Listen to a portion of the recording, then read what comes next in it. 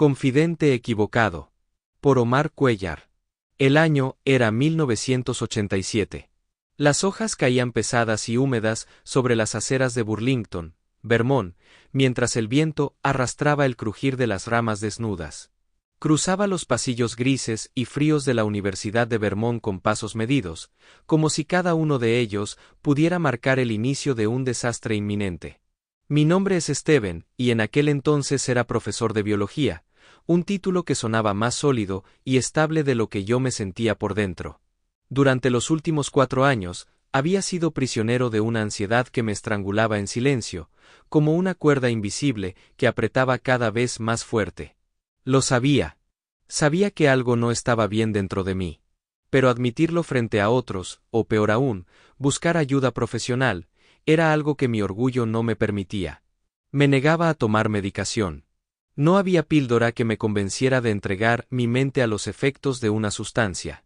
Tampoco confiaba en especialistas que, en mi opinión, solo etiquetarían mi miedo y lo esconderían tras diagnósticos fríos y estériles. No. Mi lucha era mía. A veces creía que, si me mantenía firme, podría domar la ansiedad. Pero la verdad era otra, ella me dominaba a mí. Me había convertido en un hombre recluso, atrapado en un círculo de rutinas rígidas y evitaciones calculadas. Rechazaba invitaciones a cenas, viajes familiares o cualquier encuentro social que implicara abandonar la seguridad de mis itinerarios conocidos. ¿La razón? Un miedo profundo y absoluto a la muerte.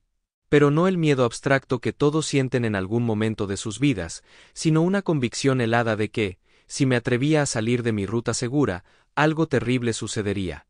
Veía los escenarios antes de que pudieran existir. El coche estrellándose en una curva cerrada, el avión cayendo en picada desde el cielo, las sirenas, los gritos. La muerte no era una posibilidad remota para mí, era una certeza que acechaba en cada esquina. Los primeros meses intenté racionalizarlo. Es solo estrés, me repetía. Pero a medida que los años pasaron, la sensación se hizo más fuerte, más real. Ya no era solo un temor pasajero. Era una presencia que sentía, casi física. La muerte me seguía. Lo sabía. A veces, al caminar solo por la noche, notaba una presión detrás de mí, como si alguien respirara apenas a centímetros de mi cuello. En mi casa, los crujidos de la madera me despertaban en medio de la madrugada, dejándome inmóvil bajo las sábanas, convencido de que alguien, algo, había logrado entrar. En los últimos 2 años, esa sensación se convirtió en una obsesión paralizante. La muerte estaba más cerca. La sentía en los pequeños detalles, un escalofrío en la espalda al cruzar una calle vacía, el reflejo de una sombra que no debía estar allí en la ventana del autobús. Mis días transcurrían entre la universidad y mi casa, nada más. Era un ciclo cerrado, un refugio frágil contra lo inevitable. Había renunciado a viajar, a conducir, a vivir más allá de ese delgado margen de seguridad que apenas lograba sostener. Mis colegas empezaron a notar mi aislamiento. Las invitaciones se hicieron menos frecuentes, hasta casi desaparecer por completo. Algunos me miraban con lástima cuando creían que no los veía. Otros fingían que nada había cambiado. Pero yo sentía la distancia creciente. Y, en cierto modo, la agradecía. Cuántas menos conexiones, menos razones para arriesgarme. Pero entonces llegó la excursión. Mis estudiantes, entusiasmados por salir al aire libre, habían organizado un viaje de senderismo a las montañas cercanas, respaldado por la universidad. Era parte de su programa académico, y se necesitaba la supervisión de un profesor. Y ese profesor debía ser yo. La sola idea me heló la sangre. El trayecto en autobús, la carretera sinuosa, la posibilidad de un accidente. Todo mi cuerpo reaccionó con rechazo. Pero las caras expectantes de los estudiantes, sus súplicas veladas, me empujaron a reconsiderar. Había una parte de mí que estaba cansada de huir. Pasé noches enteras analizando cada riesgo, cada posible desenlace fatal. La ansiedad crecía con cada pensamiento, pero también lo hacía algo más profundo, la necesidad de romper ese ciclo. Finalmente, firmé los papeles. Acepté acompañarlos. Mis manos temblaban mientras estampaba mi firma, pero también sentí una chispa de alivio. Tal vez, si sobrevivía al viaje, podría empezar a liberarme de ese miedo. El día señalado amaneció gris, con un cielo cubierto por nubes bajas que parecían presagiar tormenta. Llegué temprano al estacionamiento de la universidad. El autobús esperaba, el motor encendido, el humo blanco saliendo del escape en bocanadas. Los estudiantes reían, cargaban mochilas, hablaban del sendero que recorrerían. Pero mi mente estaba atrapada en un único pensamiento: no subas. Sentí como la ansiedad me devoraba desde adentro. Mis manos sudaban, mi corazón latía con fuerza desbocada. Cada paso hacia el autobús era una batalla. Y al final, perdí. Mis piernas se negaron a moverse. El miedo fue más fuerte. Di media vuelta y me alejé, sin mirar atrás, sin ofrecer explicación alguna. Sentí la culpa de inmediato, como un golpe seco en el pecho. Había fallado otra vez. Caminé sin rumbo por el estacionamiento vacío, evitando las miradas, buscando un refugio donde esconder mi vergüenza. Pero entonces la vi. Claire. Mi colega del departamento de ciencias. Siempre cordial, siempre en control. No lo pensé dos veces. Me acerqué a ella casi tropezando, arrastrado por la necesidad urgente de desahogarme. Claire. Necesito hablar contigo, le dije, sintiendo como mi voz se quebraba. Ella se volvió hacia mí con una sonrisa cortés, pero su mirada tenía algo extraño, distante, como si ya no estuviera completamente presente. Empecé a contarle todo. Los 4 años de ansiedad, la sensación constante de estar siendo seguido por la muerte, el pánico paralizante que me había impedido subirme al autobús. Claire escuchaba en silencio, pero sus ojos vagaban por el estacionamiento, ajenos a la gravedad de mis palabras. Y entonces, en medio de mi confesión, dijo: «Te ves bien, Steven. ¿Has estado haciendo ejercicio? ¿Perdiste peso?» La desconexión fue como un puñal. Sentí que todo dentro de mí se desmoronaba. Las lágrimas brotaron sin control, resbalando calientes por mi rostro. Me dejé caer al suelo, incapaz de sostenerme, sollozando abiertamente mientras Claire permanecía allí, impasible. No soportaba esa indiferencia. «No ahora. Tienes que creerme», le supliqué entre sollozos. «La muerte viene por mí. Está cerca». Pero ella solo ladeó la cabeza, con esa sonrisa incómoda de quien no sabe cómo reaccionar ante un colapso ajeno. Cerré los ojos con fuerza, deseando desaparecer. Cuando los abrí, Claire ya no estaba. En su lugar, un niño. Un monaguillo. Estaba agachado frente a mí, su rostro cubierto de sangre seca, una sonrisa torcida marcándole la cara. Sus ojos, oscuros y vacíos, me observaron con una malevolencia pura. Mi aliento se congeló. «Tienes que creerme», susurré con un hilo de voz, mi cuerpo paralizado por el terror. El niño inclinó la cabeza, ampliando su sonrisa hasta lo grotesco. «Sí», susurró. «Aquí estoy». Y fue en ese momento, en esa mirada vacía y burlona, que entendí que nunca había estado equivocado. La muerte, al fin, había llegado por mí. Fin de la historia. Bienvenido a 1920. Por Omar Cuellar. El año era 1989. El cielo de Bennington, Vermont, se cernía gris y opaco sobre mí, como si compartiera mi luto. Caminaba cabizbajo por las calles desoladas, con el alma hecha trizas y el corazón ahogado en una tristeza espesa. Acababa de salir del funeral de mi mejor amigo, y la imagen de su cuerpo, yaciendo en el ataúd, no dejaba de martillar mi mente. Nunca antes había visto un muerto, y aquella visión había calado hondo, como un corte invisible que no dejaba de sangrar. Sentía el peso insoportable de la ausencia. Jamás volvería a escuchar su risa, ni compartir secretos, ni discutir sobre trivialidades. La soledad era ahora mi única compañera. El aire estaba impregnado de humedad y el cielo amenazaba con descargar su llanto en cualquier momento. Mis pasos resonaban sobre la acera húmeda mientras avanzaba sin rumbo fijo, dejando que mi pena guiara mis pies. Bennington se extendía a mi alrededor como un escenario vacío, sus casas antiguas parecían observarme en silencio, con ventanas como ojos apagados. No podía apartar de mi mente la imagen de mi amigo en su ataúd, sus manos cruzadas sobre el pecho, su rostro inmóvil, sereno y ajeno al dolor que su partida dejaba atrás. Cada esquina del pueblo evocaba algún recuerdo compartido con él, y ahora esos recuerdos dolían como espinas clavadas en la memoria. En medio de aquel silencio sepulcral, una melodía suave y delicada se filtró entre los árboles desnudos. Me detuve. Era un sonido puro, etéreo, proveniente de un piano. La música danzaba en el aire frío, rompiendo momentáneamente la opresiva melancolía.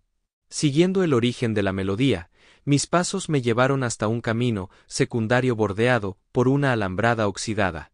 Más adelante, aislada entre campos descuidados y maleza crecida, se alzaba una casa de campo solitaria, de esas que parecen abandonadas al paso del tiempo.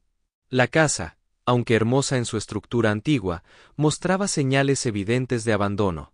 La pintura de la fachada se descascarillaba y la hierba crecía descontrolada alrededor, ocultando parte de la cerca. Las ventanas, cubiertas de polvo y telarañas, reflejaban el cielo plomizo como espejos rotos. Sin embargo, la melodía seguía fluyendo desde su interior, atrayéndome con una fuerza casi hipnótica. Fue entonces cuando percibí movimiento en el porche delantero. Había gente allí. Me acerqué con cautela, y, entre la maleza, distinguí a 2 camarógrafos filmando a una pareja frente a la casa. Mi corazón dio un vuelco cuando reconocí al hombre. Era uno de mis actores favoritos de Hollywood. Lo había visto en tantas películas que conocer sus gestos y expresiones me parecía natural. Estaba discutiendo con una joven mujer, y aunque al principio creí que era parte de una escena, había algo en la intensidad de sus gestos que me puso en alerta. La discusión se tornó violenta en cuestión de segundos. El actor empujó a la mujer con brusquedad, y ella cayó al suelo. Mi corazón se aceleró. Dudé por un instante, pensando que debía ser parte del guión, pero lo que ocurrió a continuación me desarmó por completo. El hombre se abalanzó sobre ella, y comenzó a golpearla sin piedad. Luego, en un acto brutal e inesperado, la violó allí mismo, bajo la atenta mirada de los camarógrafos. Y la mía. Un nudo de horror me cerró la garganta. Miré a los camarógrafos, esperando ver alguna señal de que todo era una farsa, un montaje cinematográfico. Pero su expresión era fría, impasible, como si todo fuera completamente real. Un mareo me invadió y, sin poder contenerme, vomité entre los matorrales. La visión grotesca y la impotencia me sobrepasaron. La lógica trató de abrirse paso en mi mente confusa. Es solo una película, me repetía. Sin embargo, el miedo latente me impedía actuar. Dudé si debía intervenir, ayudar a la joven, pero la idea de irrumpir en una filmación me paralizó. El desconcierto fue tal que me convencí de que todo debía ser ficción. Hasta que el actor alzó la vista, y sus ojos se clavaron en los míos. Su rostro, antes ensayado y controlado para las cámaras, se transformó en una mueca de furia. Se levantó de golpe, se subió los pantalones y avanzó hacia mí con paso decidido. Mis piernas se negaron a moverse. Intenté retroceder, pero el terror me ancló al suelo. Desde cierta distancia, sacó una pistola Star y, sin dudarlo, disparó a través del alambre oxidado. No sentí el impacto. Solo el calor repentino en mi frente y la visión de mi propia sangre brotando espesa sobre mis manos temblorosas. El dolor llegó después, como un eco distante. Me dejé caer al suelo, y, a duras penas, repté hasta encontrar un hueco en la alambrada. Me escondí entre la hierba alta, mi conciencia desvaneciéndose entre el latido acelerado y el zumbido en mis oídos. El tiempo perdió todo sentido. No supe cuánto estuve inconsciente, pero cuando mis ojos se abrieron de nuevo, la luz había cambiado. Me incorporé con dificultad, la sangre seca formando costras en mi frente. La casa seguía allí, pero el silencio era absoluto. No había rastro del actor, la mujer o los camarógrafos. Me alejé tambaleante, dejando atrás la casa como si huyera de una pesadilla. Pero algo era distinto. Al llegar al pueblo, noté detalles que no coincidían con lo que conocía: los automóviles antiguos, los escaparates con objetos de otra época, los trajes de los transeúntes. De algún modo, estaba en Bennington, pero en otro tiempo. No cuestioné este hecho. Mi mente, aún aturdida, solo pensaba en ayudar a la joven. Me dirigí al edificio del sheriff, cuya fachada de madera parecía salida de un libro antiguo. Allí, con voz temblorosa y palabras entrecortadas, relaté todo lo sucedido. Mi historia fue recibida con escepticismo al principio, pero la gravedad de mis heridas y mi estado alterado convencieron al sheriff de iniciar una investigación. Pasaron más de 3 meses de una cacería incansable hasta que lograron capturar al violador. Fue encarcelado tras un juicio breve pero contundente. Durante ese tiempo, mi vida se cruzó con la de la joven que había intentado salvar. Se llamaba Evelyn, y ahora estaba embarazada del hijo de su agresor. El vínculo que se formó entre nosotros fue inesperado, pero profundo. La compartida tragedia nos unió más allá de lo racional. Con el tiempo, nació el niño, y Evelyn y yo decidimos criarlo juntos. Nos casamos en una ceremonia sencilla, prometiéndonos cuidar de ese pequeño, sin que jamás supiera el horror de su origen. Sin embargo, en una tarde tranquila, Evelyn compartió conmigo un detalle que me dejó helado. Me confesó que el día de la agresión, ella vivía sola en la granja con aquel hombre. Que la violó. No había nadie más en la casa. Entonces, ¿quién había tocado aquella melodía en su piano? ¿Quién había tocado aquella melodía que me atrajo a su casa? La pregunta quedó suspendida en el aire, como la nota final de una canción olvidada. Y aunque quisimos encontrar una respuesta lógica, parte de nosotros supo que había cosas que jamás comprenderíamos del todo. Nuestro segundo hijo nació en 1922. Fin de la historia. El monaguillo inmortal. Por Omar Cuellar. El año era 1980. En la apacible ciudad de Stowe, Vermont, rodeada de vastos bosques de pinos y colinas nevadas, la vida transcurría con la parsimonia propia de los pueblos pequeños. Las calles empedradas, cubiertas por una fina capa de nieve reciente, se extendían bajo un cielo encapotado que anunciaba tormenta. En el corazón del pueblo, se erguía la antigua iglesia de San Bartolomé, una estructura gótica de piedra gris con altísimas vidrieras que relucían bajo la tenue luz invernal. En su interior, el aroma a cera derretida y madera envejecida impregnaba el aire, mientras las campanas resonaban con un eco solemne entre los muros fríos. Freddy, un monaguillo de apenas 14 años, atravesaba las pesadas puertas de roble de la iglesia, ajustando su sotana blanca sobre la túnica negra que caía hasta sus tobillos. Era un muchacho menudo, de ojos azules profundos y cabello castaño que caía en mechones desordenados sobre su frente. Su fe era inquebrantable, sus días giraban en torno a los rezos, los estudios bíblicos y las misas. Había crecido entre los muros de San Bartolomé, y su fervor religioso era tan puro como ingenuo. El padre Gregory solía decir que Freddy tenía el alma de un mártir, una devoción absoluta que, aunque admirable, lo aislaba de los demás chicos de su edad. Esa noche, sin embargo, algo en el aire parecía diferente. La tormenta que se gestaba más allá de los vitrales crecía en intensidad, los relámpagos zigzagueaban entre las nubes negras, y los truenos retumbaban como presagios antiguos. Freddy se hallaba solo en la nave principal, sentado en uno de los bancos de madera tallada, con el Evangelio abierto sobre sus rodillas. La luz de los cirios parpadeaba con inquietud mientras él leía, los labios moviéndose en silencio al ritmo de las palabras sagradas. Afuera, la tormenta rugía, pero en su mente solo resonaban los versículos. Un relámpago iluminó fugazmente los vitrales de la iglesia, proyectando sombras alargadas sobre las columnas de piedra. Fue entonces cuando sintió un escalofrío súbito recorrerle la espalda. Intentó concentrarse, pero las palabras en la página comenzaron a distorsionarse. Las letras se alargaban, se retorcían como si tuvieran voluntad propia. Una presión invisible le oprimió el pecho, y el libro se deslizó de sus manos. Un mareo brutal lo golpeó, sus dedos temblaron, y antes de poder reaccionar, un velo negro cubrió su visión. Su cuerpo se desplomó sobre el banco, rígido y frío. El silencio fue absoluto. Cuando Freddy abrió los ojos, la iglesia seguía allí, pero había algo profundamente alterado. Las sombras parecían más densas, y el aire, aunque inmóvil, vibraba con un zumbido lejano. Se incorporó con lentitud, su mente nublada por una niebla espesa de confusión. Se frotó las sienes, intentando recordar qué había pasado, pero los recuerdos se desvanecían como humo entre sus dedos. Al mirar alrededor, notó algo peculiar. Los libros en la estantería, aquellos que siempre habían pasado desapercibidos para él, parecían ahora llamarlo con un magnetismo inexplicable. Sin saber por qué, se levantó y caminó hacia la pequeña biblioteca de la iglesia. Sus dedos recorrieron los lomos polvorientos de volúmenes antiguos, tratados de alquimia, enciclopedias científicas, textos de filosofía hermética y manuales sobre astronomía. Algo dentro de él ansiaba absorber ese conocimiento.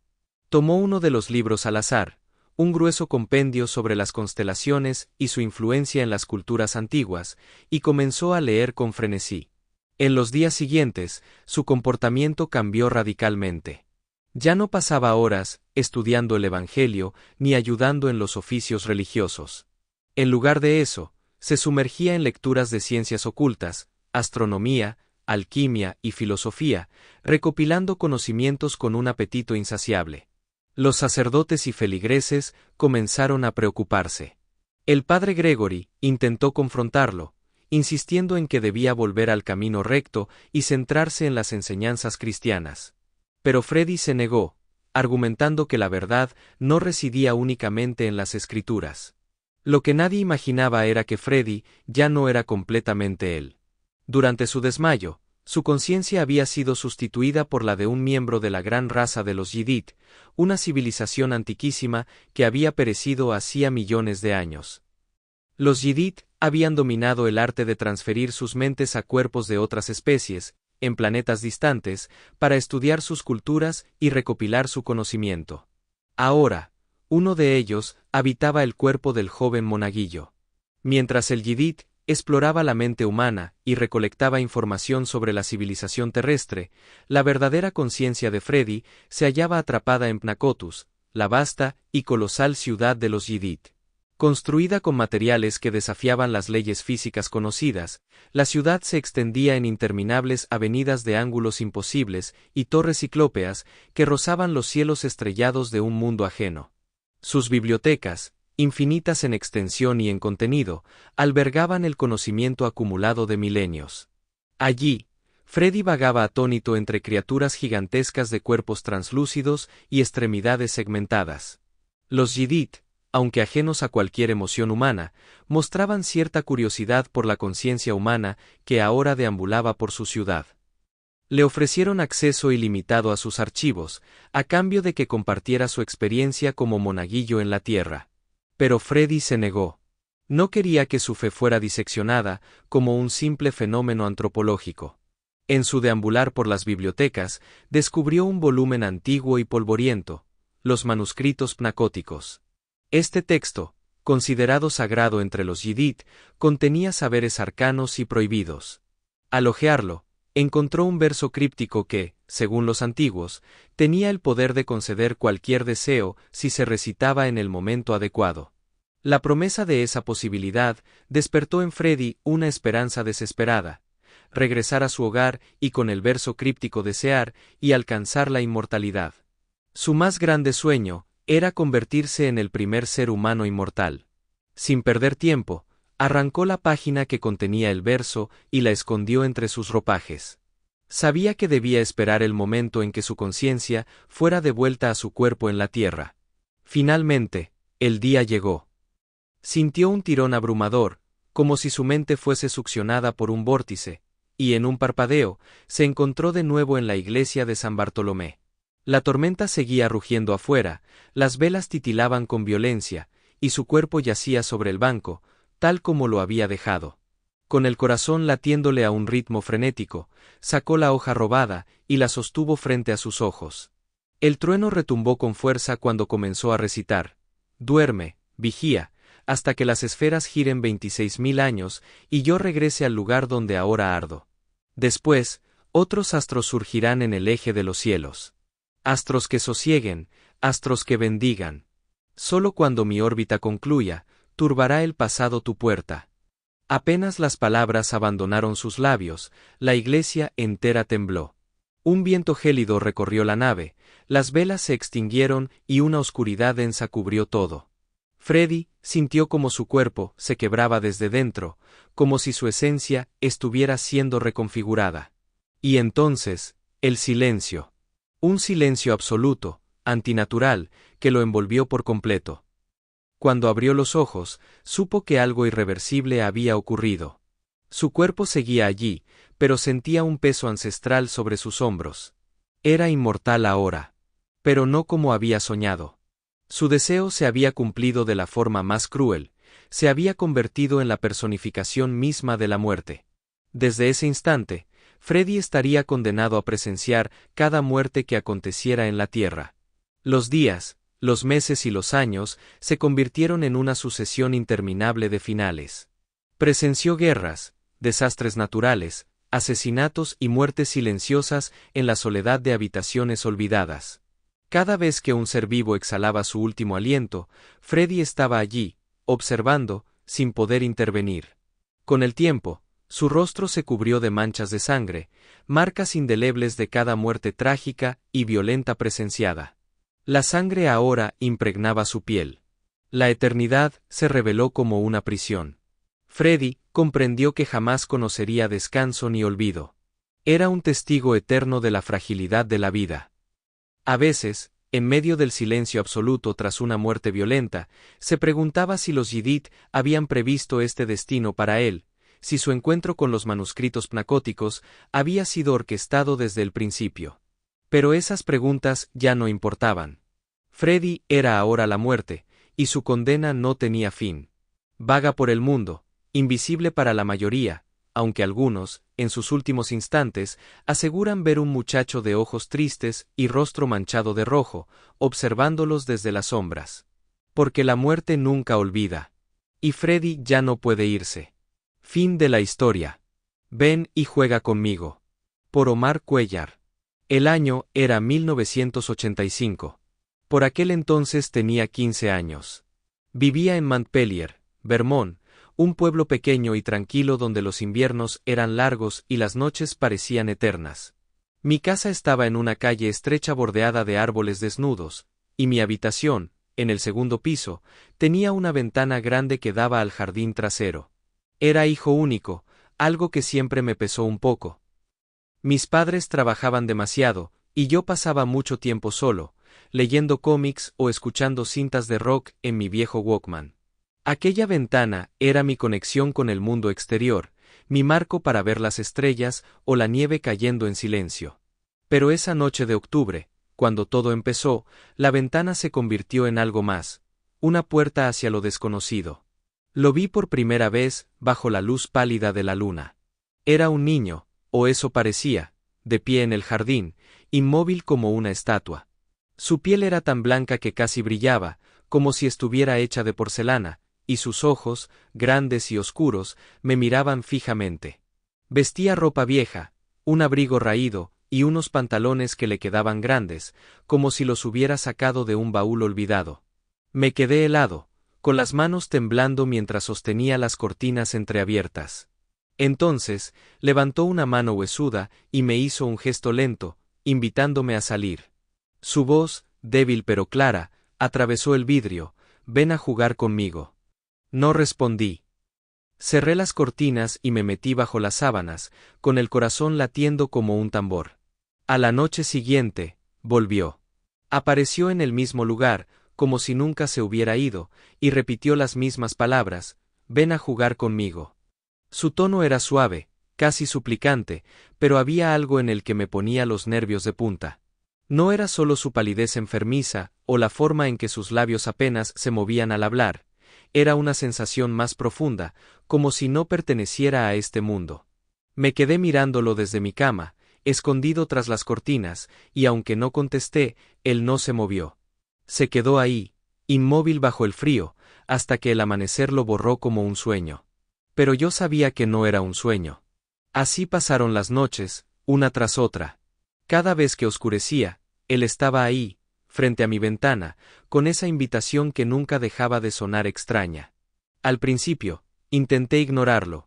Puse música más alta, apagué las luces, incluso le conté a mi madre, pero ella solo dijo que eran imaginaciones mías y que dejara de leer tantas historias de terror. Mi padre, siempre práctico, revisó el jardín una mañana y no encontró huellas en la nieve. Es solo el viento moviendo las ramas, me dijo, pero yo sabía que no era eso. Él estaba ahí, real y persistente, y poco a poco empecé a acostumbrarme a su presencia. Con el tiempo, mi miedo se mezcló con curiosidad. Una noche, en lugar de esconderme, me acerqué a la ventana y lo miré de cerca. Sus ojos eran como pozos sin fondo, pero no parecían crueles, solo vacíos. ¿Quién eres?, le pregunté, mi voz temblando un poco. No respondió directamente, solo ladeó la cabeza y dijo, soy tu amigo. Ven a jugar. No abrí la ventana, pero me quedé ahí, observándolo. Había algo triste en él, como si estuviera atrapado en ese jardín, tanto como yo en mi habitación. Fue la primera vez que no sentí tanto miedo. Así empezó nuestra extraña amistad. Noche tras noche, hablábamos a través del vidrio. Él me contaba cosas raras, historias de lugares oscuros y fríos donde las estrellas cantaban y el cielo era negro como tinta. Yo le hablaba de mi vida, de la escuela, de cómo odiaba las clases de matemáticas, de mi sueño de tener una guitarra eléctrica. Nunca me preguntó mi nombre, y yo nunca supe el suyo, pero no importaba. Era como si nos entendiéramos sin necesidad de esas cosas. Me acostumbré a verlo ahí, pálido y quieto, como una sombra que solo aparecía para mí. A veces, me sorprendía pensando en él durante el día. ¿De dónde venía? ¿Por qué estaba tan pálido? Una vez le pregunté si estaba enfermo, y él solo sonrió, una sonrisa pequeña y torcida que no llegó a sus ojos. No estoy enfermo, dijo, solo soy diferente. Eso me intrigó aún más. Empecé a dibujarlo en mi cuaderno, garabatos de su figura flaca bajo la luna, y a imaginar qué juegos querría jugar si alguna vez me atrevía a salir. Pero siempre había algo que me detenía, un nudo en el estómago, una voz en mi cabeza que decía, no confíes. Pasaron semanas, quizás meses. El invierno se hizo más duro, y el frío empañaba la ventana con cada palabra que intercambiábamos. Él nunca parecía sentirlo. Sus manos desnudas no temblaban, y su aliento no formaba nubes en el aire. Una noche, me trajo algo, un guijarro negro y brillante que dejó en la nieve frente a la ventana. Para ti, dijo. Al día siguiente, lo recogí del jardín, y era frío como el hielo, pero suave al tacto. Lo guardé en mi escritorio, y por alguna razón, tenerlo cerca me hacía sentir más conectado a él. Nuestra amistad crecía, pero siempre había una barrera, la ventana. Él nunca intentó entrar, y yo nunca me atreví a salir. Sin embargo, cada noche me pedía lo mismo, ven a jugar conmigo. Su voz era como un canto, una melodía que se metía en mi cabeza y me hacía dudar. Empecé a preguntarme si estaba siendo injusto, si tal vez él solo estaba solo como yo. Mis padres no notaban nada. Para ellos, yo seguía siendo el mismo chico callado de siempre. Pero dentro de mí, algo estaba cambiando. Una noche, mientras la nieve caía en copos gruesos, me quedé mirándolo más tiempo de lo normal. Sus ojos brillaban bajo la luz de la luna, y por primera vez, sentí que me entendía de verdad. ¿Por qué no vienes tú adentro?, le pregunté. Él negó con la cabeza. No puedo. Tienes que venir tú. Había una urgencia en su voz que no había oído antes, y eso me asustó, pero también me conmovió.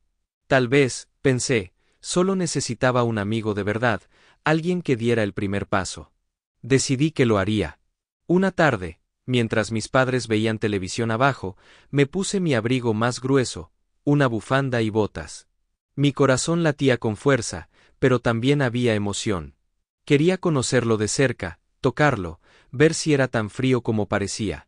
Le había hablado tantas noches, había compartido tantas cosas con él, que sentía que era hora de romper esa barrera. Miré el guijarro negro en mi escritorio y lo apreté en mi mano, como si me diera valor. Bajé las escaleras en silencio, evitando que mis padres me oyeran. Salí por la puerta trasera, y el aire helado me golpeó la cara.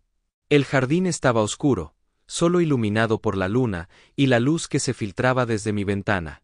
Allí estaba él, esperándome, más pálido y más real que nunca. Me sonrió, y por un momento, todo el miedo se desvaneció. Viniste, dijo, y su voz era más clara sin el vidrio de por medio. Di un paso hacia él, luego otro, con el guijarro aún en mi bolsillo. Cuando estuve a pocos metros, algo cambió. Sus ojos se volvieron más oscuros, más profundos, como si absorbieran la luz a su alrededor. Su sonrisa se torció, y vi que sus dientes eran afilados, demasiado afilados para un niño.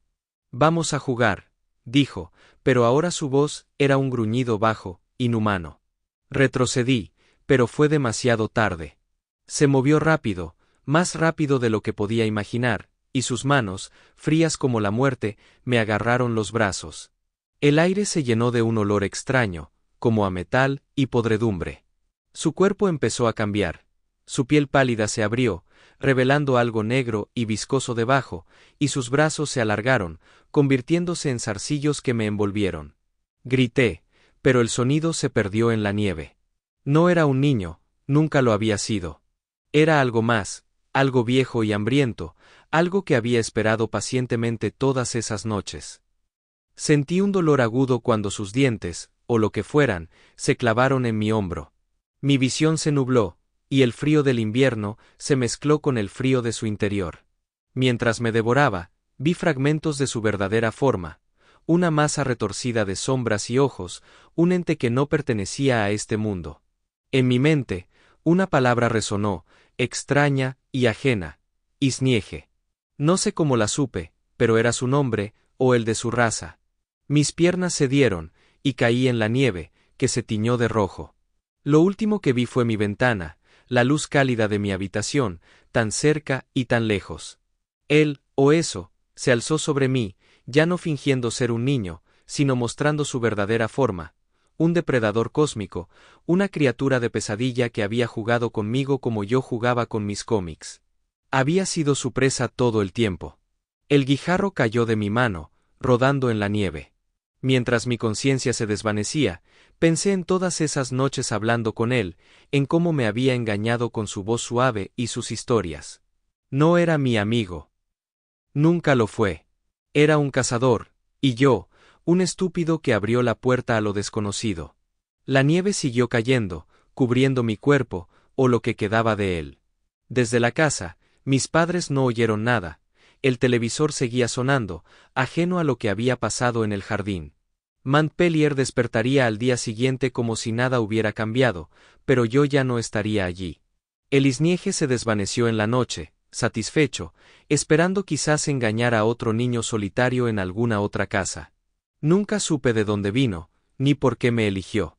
Tal vez siempre estuvo ahí, acechando en las sombras de Vermont, una reliquia de un tiempo anterior al nuestro. O tal vez llegó de más lejos, de esos lugares oscuros de los que hablaba, donde las estrellas cantan y el cielo es negro. Lo único que sé es que mi curiosidad fue mi fin. Si alguien encuentra esto, si alguna vez alguien lee mi historia, escuchen mi advertencia. No miren por la ventana cuando la noche sea demasiado silenciosa. No hablen con lo que no entienden. Hay cosas en este mundo, o más allá de él, que no buscan amistad, sino algo mucho peor. Yo lo aprendí demasiado tarde. Mi nombre no importa ya. Ahora soy un eco, un recuerdo tragado por la nieve y la noche. Él me invitó a jugar, y yo fui lo bastante tonto como para aceptar. No cometan mi error. Esa noche, el jardín quedó vacío otra vez. La ventana de mi habitación siguió abierta al mundo, pero ya no había nadie para mirar a través de ella. Solo quedaba el silencio, y tal vez, en alguna otra casa, en alguna otra noche, él aparecería de nuevo, pálido y paciente, buscando a alguien más con quien jugar. Fin de la historia.